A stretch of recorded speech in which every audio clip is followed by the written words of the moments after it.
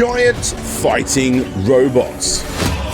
No matter how old you are, watching giant mech-like machines battling it out in movies, in comics, anime, games and TV shows has never not looked awesome. Well, for the most part. Metal-on-metal action has been tried again and again in these mediums, but when it comes to the real world, the closest thing we have is Robot Wars or BattleBots. Of course, plenty of other miniature remote-controlled fighting tournaments have come and gone throughout the years too, but as great as these were, let's face it, they're not giant fighting robots, are they? Nope. But thankfully, back in 2018, 3 ingenious engineers took to Kickstarter to create that very thing, and what's better is they already had a giant fighting robot in hand. And I don't want to spoil the ending, guys, but yes, a giant fighting robot tournament did take place. The problem was, it wasn't exactly what the vast majority of backers or fans expected. In fact, it's a story that will no doubt split my audience right down the middle, and one that I'm sure that the majority of you guys watching will be arguing amongst yourselves, which of course, I encourage because, well, it helps the algorithm, doesn't it? Also, whilst you're down there, make sure you hit the subscribe and like button too, whilst I, DJ Slope, tell you all the story of Kickstarter's giant fighting robots. Welcome to Slope's Game Room.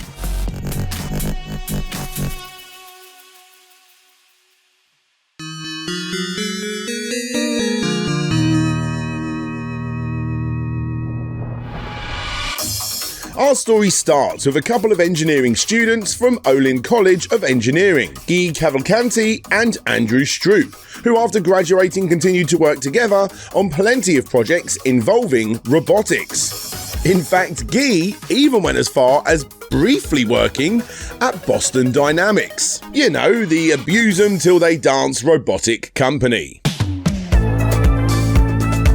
However, he eventually left the Cybertron beta testing group and opened up his own makerspace location called Artisans Asylum, where he and like-minded individuals could continue to build some truly exceptional robotic things, like an off-road wheelchair for his injured girlfriend. But on top of this, the duo were even part of the Big Brain Theory TV show that aired on Discovery. I get excited about building giant robots. A sort of reality-based competition show where engineers would battle it out and make crazy contraptions based on whatever was required that week. But again, as cool as this all was, it's got nothing to do with giant fighting robots, does it? Which brings us to our first of 4 Kickstarters we're going to be looking at today. Ladies and gentlemen, I present to you Stompy, a giant walking robot that kind of looks like a mechanical spider. The Kickstarter needed $65,000 and it got $97,817 from 1,571 backers. And you may be thinking to yourself, because I know I was, what the hell are the backers getting out of this? Well, practically nothing. It had a delivery date of October 2012 and it's still not finished. Backers pledged from $5 for a shout out, several higher tiers for bumper stickers, wristbands and t-shirts were included too, and at the very top end you got the opportunity to actually ride on Stompy yourself. But best of all, for $5,000 you can not only have your company logo on one of the legs, but you can also design a shape, like for instance your company logo, that will then get pressed into the ground every single time Stompy stomped around. Now, even though from what I can tell, the lower end tiers like your bumper stickers, your t-shirts, all that sort of stuff, they did get sent out, but those higher end tiers, well, they've not been fulfilled because Stompy is still not finished. Unfortunately, trying to find updates on this is incredibly hard these days, as the campaign owners have completely given up updating their loyal backers as of November 3rd, 2014. Heck, even their own blog hasn't seen an update since July of 2019, leaving only a small YouTube channel that isn't branded in any way to this campaign,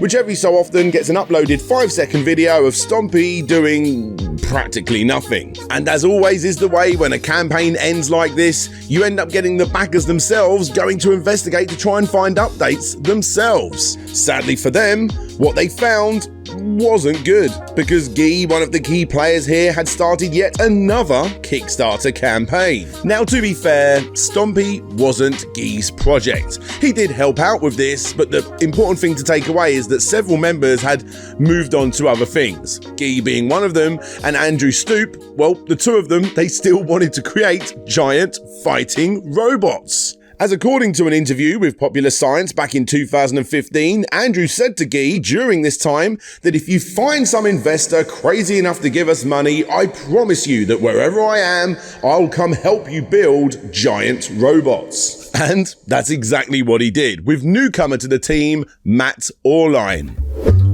Now, Matt had been on the scene for a short while already, after Guy had set up meetings with several other makerspace owners, which is something that Matt also ran in Detroit. The friendship blossomed between the two after said meetings, as Matt tried to get a job at Boston Dynamics and asked Guy for tips. Sadly for the time, Matt was unsuccessful in getting that job. However, in hindsight, that is a good thing, as Matt and Guy could then go off and make these giant fighting robots thanks to their new investor, Josh Adler.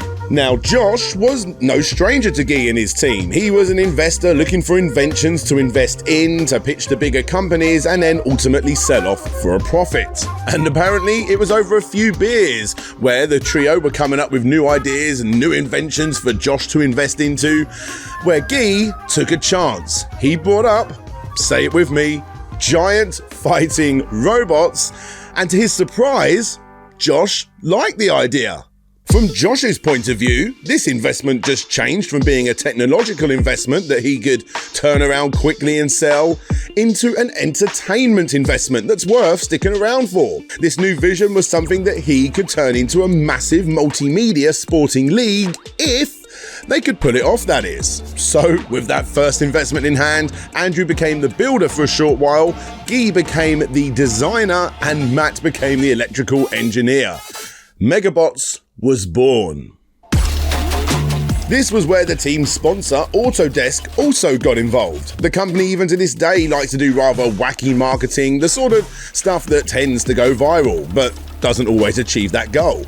But with something as crazy as Megabots, it was a win-win for the company, as the giant fighting robots showed off what their computer-aided design software packages could help make, as it toured different technology spaces up and down the country, as well as Megabot's own growing YouTube channel. It gave Autodesk plenty of exposure. To design this bad boy, in short, the Megabots team paid an artist to come up with the design. They would then go back and forth with the artist, making sure it could actually be done, and then of course they went ahead and designed it using Autodesk. The first robot cost them roughly $200,000 and a year and a half to make. And even before it was finalized, the torso and moving cannon, which was going to be attached to one of its arms, was shown off separately at events like New York Comic Con 2014. And even though it was essentially in pieces, the crowd went wild for this thing. Would you believe it? A convention full of nerds just so happened to be the perfect setting to promote the dream of a giant fighting robot, which is exactly what they did by handing out leaflets that promoted the upcoming Kickstarter campaign, which went live on October 29th, 2014. However, the goal wasn't just to finish off this giant fighting robot, but instead to create a giant fighting robot tournament. A sports league, if you will, the start of a continuous fighting event where fans could get behind and support their favourite machine or crew, similar to football, wrestling, and pretty much any other type of sport. But in order to do this, just like all good successful campaigns, they needed a kick-ass video. Thankfully for them, they were still in contact with the production team at Discovery, and therefore decided to fly them all over and create a stunning Discovery Channel level video that cost them no less than $50,000. But none of that mattered, as this project we love, Real World Titanfall remake, was not a success. It needed $1.8 million and gained slightly more than $65,000, meaning that almost half of it came from just 3 people. Ouch. The team were completely defeated. They felt like they had failed miserably. Do people really want a giant fighting robot tournament?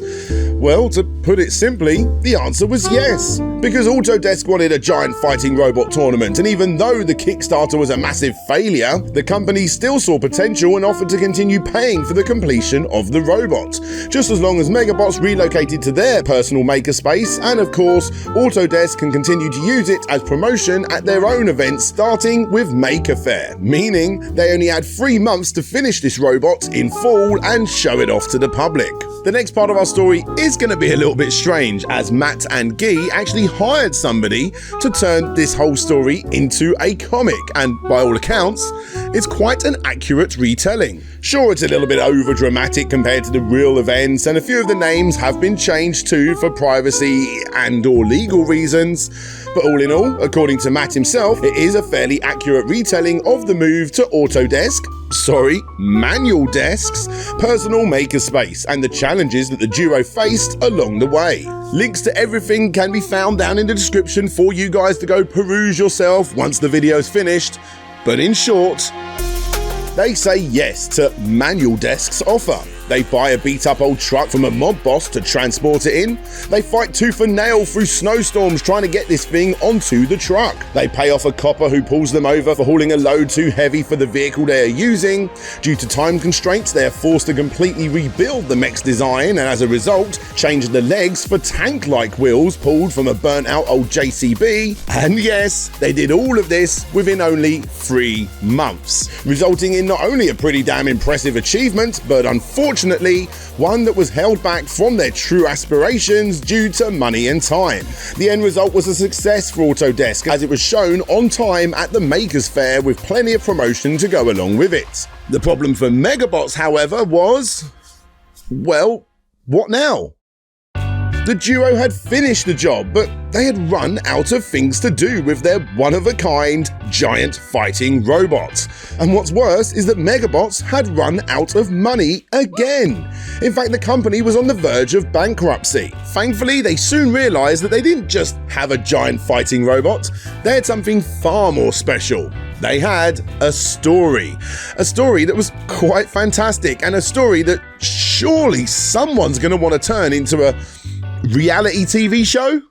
Meetings were set up with companies such as Disney, WWE, and even the Justin Bieber agency, apparently. And yes, they did sign a couple of rubbish deals, but the long and short of it was that nobody was fully invested into turning this into a show. Or at least, they didn't have the money to back up their promises. You see, in order to show off giant fighting robots, well, you kind of need 2 giant fighting robots, and Megabots only had the one.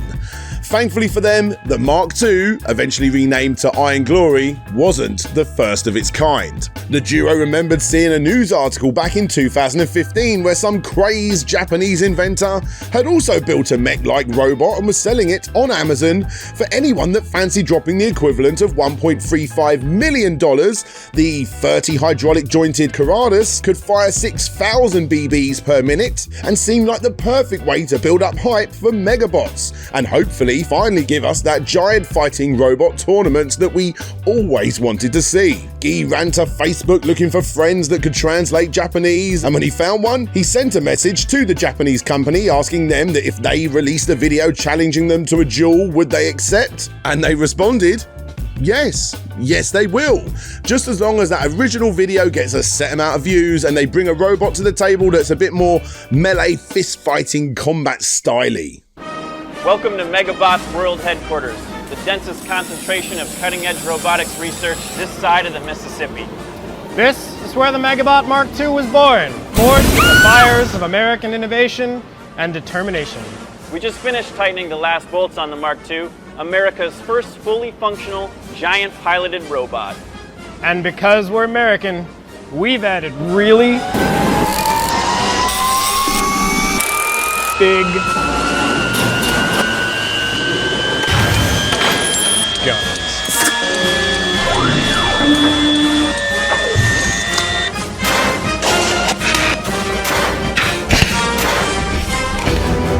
The 4th of July was right around the corner at this point. The Megabots team made a stupidly patriotic and super cringy It's Brilliant pitch video, which definitely hit Japan's required target and then some, and in turn the Japanese team held up their end of the bargain by responding with their video, and the whole thing blew up.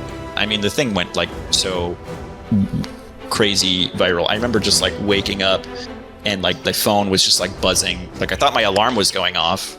You know, like my phone was just like bzz, bzz, bzz, bzz, bzz, bzz, bzz on my nightstand. And it wasn't the alarm. It was just like the emails coming in, and it was all like CNN, NBC, like ABC, like it would like NPR, CNN, you know, it's like all these like people requesting interviews from like every possible, you know, place you could imagine. And so, yeah, it was just like weird. I will probably never experience something like that ever again in my life. Sweet Obashi, we have a giant robot, you have a giant robot. You know it needs to happen. We challenge you to a duel. Both of our robots will need modifications to become combat ready. Prepare yourselves and name the battlefield. In 1 year, we fight. Those videos had gone so viral that he was getting constant news stations trying to get a hold of them to tell their story. Heck, they even had an offer from the state senator of Hawaii that liked the idea so much he invited them over to have the fight at Pearl Harbor. Yeah, we got a email from like a senator in Hawaii or something like that, or a congressperson. I can't remember if it was a senator or a congressperson, but it was basically like, we will host the fight in like Pearl Harbor. Which, I'm not sure if that's like offensive to anybody or not, but like whatever. Yeah, we got a whole bunch of people who were like wanted to host the fight, and just crazy emails from everyone. I mean, the thing went like so crazy viral. Surely now, with everyone in the world talking about Megabots and this Japanese versus American fight, all of those execs out there that didn't think enough people would be interested are going to finally give these guys the contracts that they deserve to make a proper reality TV show. Nope. We were totally wrong. They did not cave on anything. They were just like, no, here's the agreement. Like, you can sign it or not. So we were like we did not get the negotiating leverage that we thought we would get. So like, what are we going to do? We're still broke.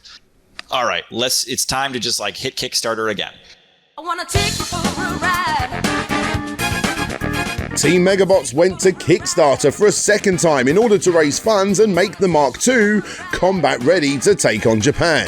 They asked for $500,000, and this time they were successful, pulling in $554,592 from 7,857 backers. Again, you had all of the usual rewards like before, such as t-shirts on the lower end, unlockable Megabox characters in a Steam game called Robocraft. They teased that a documentary was in the works, and backers of any tier above $10 could get information regarding that. And of course, you got the higher end stuff like ride-alongs and pit crew experiences too, which, by the way, they did fulfill. Was that the $10,000 join the pit? Oh, yeah, that's actually round two. Join the pit crew round two. Yeah. And then we were like, oh, like that's really bringing in money super fast. Like, yeah, okay, let's just like open up another round of that. So we like open up another round of that, and like those sell out like the next day, and we're like, ah, and then like, so the money was just like coming in super fast, and you're like, you know, but there was always the question of like, what, like we don't really know what the fight's gonna be like, so we kind of felt bad about opening it up further. But anyways. But of course, the real draw for the majority of people out there was to see this fight actually happen. The world's first giant fighting robot tournament. The team had expanded quite a bit by this point too, thanks to all of the media buzz. You got Grant Imahara of Mythbusters fame, Peter Diamonds from X-Prize, you had the founders of BattleBots involved, and Autodesk were once again sponsoring the event too, along with several other companies such as AME Cloud Ventures, Azure Capital, V1 VC, and a whole heap of unnamed angel investors, a lot of which came in after the Kickstarter was successful. And as great as all of this was, the team had no choice but to hype it up more and more and more to get more investors in to fund operations. The thing that just kept bringing in money was just hype, just hyping the fight.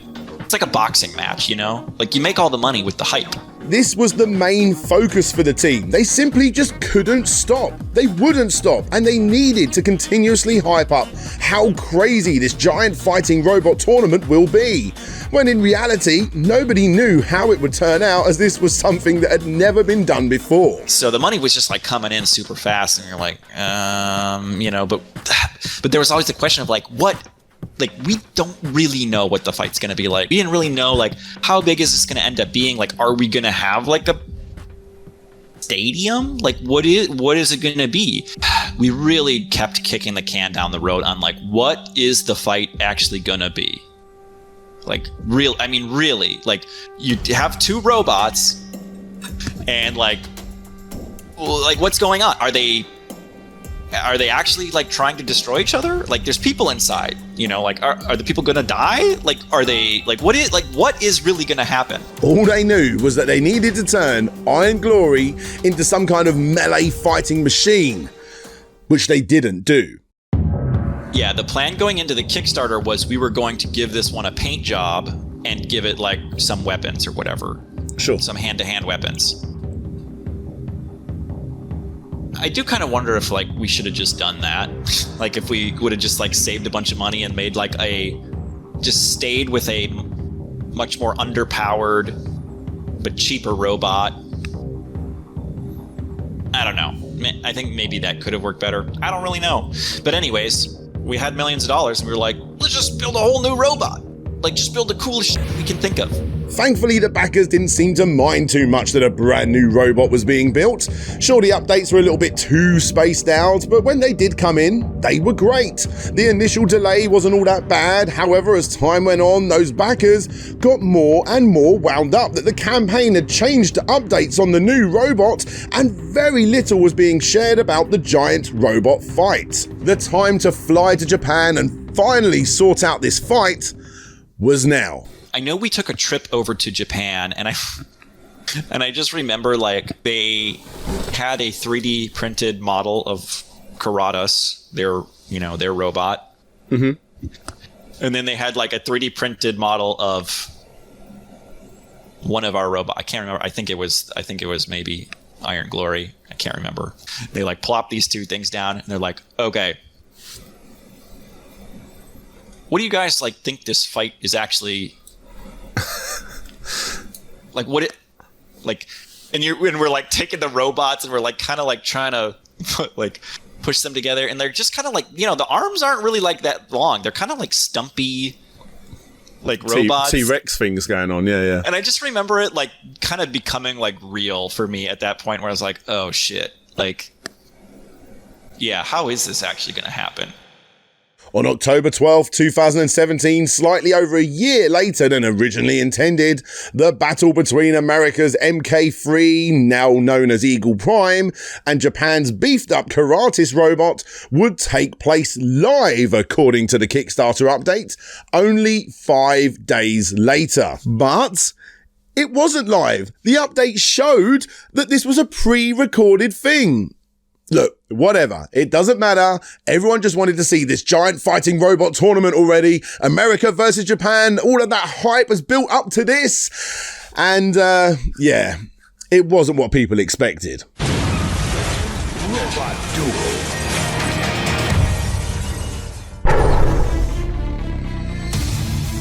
Welcome to the Steel Mill. So we are inside this venue in Japan, originally designed to pour steel, and now we are here to break it. Hi again, everybody. I'm Mike Goldberg. Expect the unexpected. What you will see today is the first of its kind. All right, here's how you win. Knock down your opponent, disable their robot, and if for any reason their pilot taps out, you take the match. Let's check back in with Mari, who's with Team Megabot. Taking on a very typical shouty, loud and aggressive sporting style similar to wrestling, I suppose. The fight was less this and more this. Karatis moving in, taking cover behind that wall of barrels. This is the best it's ever felt. Eagle Prime gets off the first shot, but it looks like it breaks up inside the barrel. The second shot is effective, exposing Karatis to another attack. Keep going. I want to close in on him. Eagle Prime crashes through the barrels. I bet you they can't even feel that. That robot is 12 tons. And there's a third shot. Okay, I hit him. I don't know if it's doing anything, but I hit him. It was painfully obvious from the get-go that the fight was staged. It was filmed over several days, a scene with the sunlight beaming in at certain points and being pitch black in others. It included camera trickery, like when Iron Glory got pushed over, it had tinted windows to hide the fact that nobody was actually inside. Reshooting that scene again with a crane lifting it slightly back up off the ground, putting Matt and Guy into the mech, and then dropping it again and then slightly stitching the clips together. You had plenty of rejigging of both robots throughout the fight. In fact, Karatas couldn't turn at all, meaning that the Japanese team had to stop the cameras, reposition their robot to face another direction, dust away the footprints, and then start filming again. In other words, it could only go forwards and backwards. In fact, Japan supposedly brought along their own second robot too. It's in this warehouse somewhere, but they decided not to use it as it was just simply too small compared to the much bigger American behemoths, and they didn't want to get it damaged. At one point in the fight, Japan is shooting America with paintballs, and America responds by smashing up a lighting rig and spinning it around to block the fire, kind of like a lightsaber in Star Wars, I think, but about 50% more lame. Of course, the slow spinning of the metal beam did nothing to protect the mech from the paintballs being fired at it, and obviously the commenters didn't need to jump out of the way because the slow-moving robots were out of control. At one point, Tsutoboshi sends in a drone to, spy on the other robot? Who knows? The plan was to make it look like Eagle Prime was trying to swat it away, but what ended up happening was that Eagle Prime accidentally instantly knocked it and it went down. In fact, one of the only unscripted real pieces of damage to come from this whole thing was when the chainsaw was ripping up the paintball arm of Karatis. Apparently Matt was looking at the other arm was doing, not realizing that the chainsaw arm was causing genuine damage to the Japanese robot's arm, something that Tsutoboshi's team were really not happy about. However, it ended up being one of the only real highlights of this competition. They really wanted us to limit the amount of damage we were doing to their robot because they weren't as well funded as us, and that was a mistake on my part. Honestly, looking back, I was like, I don't know, it's kind of good that we got a little more damage, but yeah, they were not happy about that, and it was a mistake on my part. I guess in retrospect, I was kind of glad it happened because it looked kind of cool, but yeah, that is an example of part of the fight that was not scripted. The end result was that America won and Japan was pissed off. Yeah, I think they were a little out of their comfort zone through the fight, and really through the whole whatever it was, 3, I don't even remember however many years leading up to the fight. When they accepted our challenge, they thought it was going to be kind of this underground art project where we just kind of oh yeah, we bring the robots and we kind of film this thing with our iPhones and we kind of release it to the world. We don't really say much and we just kind of see how people react to it or whatever, and just kind of let it be its own little whatever kind of cult classic kind of little thing that robot nerds love, and it happened once and then maybe it never happens again. But we raised, Megabots, we just kept taking on all this investment. And when you take on all the investment, you have to keep selling a bigger and bigger dream because you got to pay the investors back. So, every time you take on another million, you got to kind of grow your vision a little bit more to be okay, it's not a fight, it's not just us versus them fight. It's like a sports league. Now it's going to be this big arena tournament. Eventually we're going to have, video games and toys and blah, blah, blah. And, Halloween costumes and this and special Megabots branded aviators and the Megabots breakfast cereal and the video game and blah blah blah blah blah blah, all this stuff. And the Japanese guys really did they're more conservative, and they're whoa, we did not sign up to be part of we are not part of your sports league. We are not part of this whole entertainment sports league thing, whatever. We're just doing a cool little underground robot fight video on YouTube. We just want to make a YouTube video. That's all. In fact, Japan tried to stop them uploading the video, which the Megabots team couldn't do because they had investors screaming down their throats. We had some arguments about the final draft of the duel, and they basically didn't give us approval to post it, and we just posted it anyways. And so they were pretty pissed off. I think I know there was one really weird thing that they basically said, like, you can't have us like lose the final round because a Japanese person would never give up. So it's not accurate to show like a Japanese person saying like, oh, I resign or whatever, like I forfeit the match or whatever. It's getting too dangerous. Like, they're like, a Japanese person would never do that, so you can't show that. You can, if you watch it again, you'll notice that like the fight's just sort of like happening, and then the announcer just kind of goes like, well, and that's it. The fight, Tsunabashi like loses and Megabots wins or something, but like the Japanese pilot doesn't like. He doesn't really go like, oh, okay, I like tapping out or whatever, or you win. I don't know. There was something a little weird with like how it ended. And outside of the contenders themselves, the fight was met with a mostly negative response. The more and more they hyped this fight, the more and more people believed we were going to get real fighting robots, which just wasn't the case.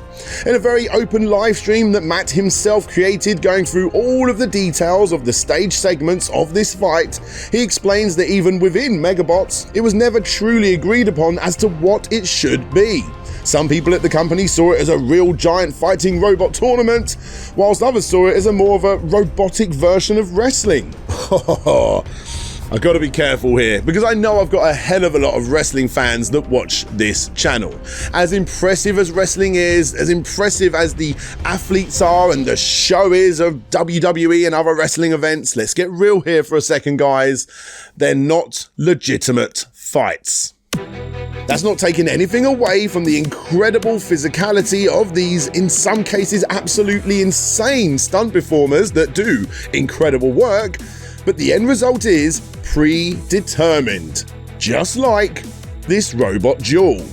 And depending on how you feel about that statement is probably going to be a good indicator as to how you feel about the first ever giant fighting robot tournament. It was a predetermined battle, created by some rather ingenious individuals and, without a doubt, most definitely overhyped. Backers and viewers of this event were split. We've had decades of games, comics, TV shows and movies teasing us as to what this overdue Kickstarter was going to offer.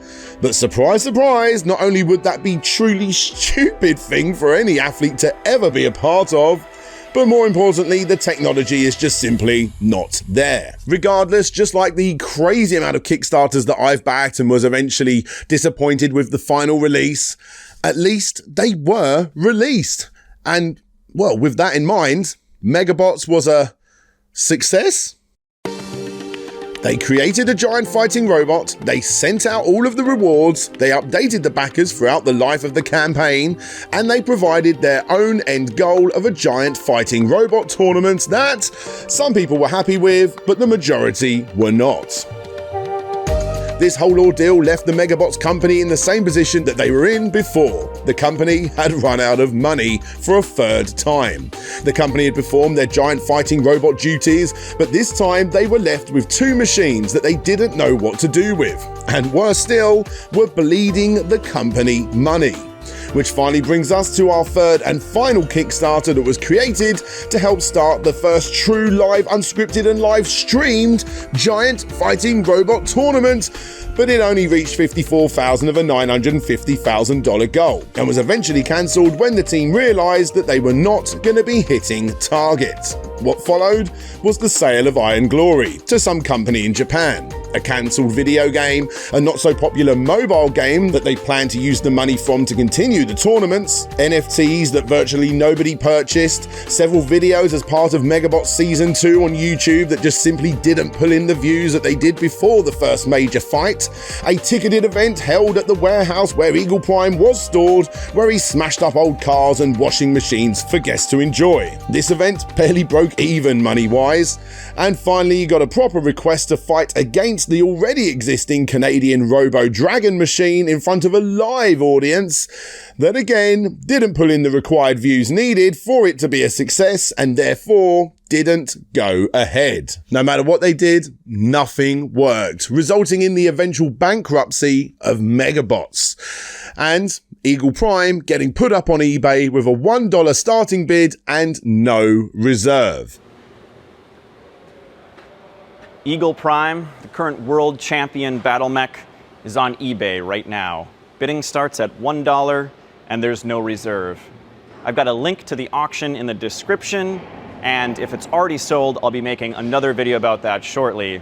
So if you want to get notified when that happens, be sure to subscribe and hit the notification bell. Now, this was a video that did quite well. To Matt's credit, he goes into extreme lengths talking about what you will be getting, how much it costs to maintain, what issues arise when using it, and what extras will be included. Sadly for him, the bid was won at around about the $150,000 mark by several time wasters who were apparently just helping get the bids up, which resulted in getting it put up on eBay again, and this time without the marketing of Matt's viral video, and then obviously this time going through an approved bidding system, meaning that they were only able to raise a little bit less than $30,000. Do you know how much it went for roughly, or do you know? Yeah, it was like 30. It was like just under 30,000. I think it was like 29.99 or something like that, or around 30,000. So that's like significantly less than it costs to make. Way less. Oh yeah. And it was funny because all these, all my friends and stuff, I would tell them, yeah, I sold the robot on eBay. They're like, oh, what did you sell for? And I was like, $30,000 or whatever. And they're like, what did it cost to build? And I was like, I don't know, probably like 2.5 million. And they're like, oh my God, like what a huge loss. And like, yeah, you can look at it that way. However, the flip side of that is I wouldn't have bought the thing for $1. I wouldn't have even taken it for free. Yeah, it's different.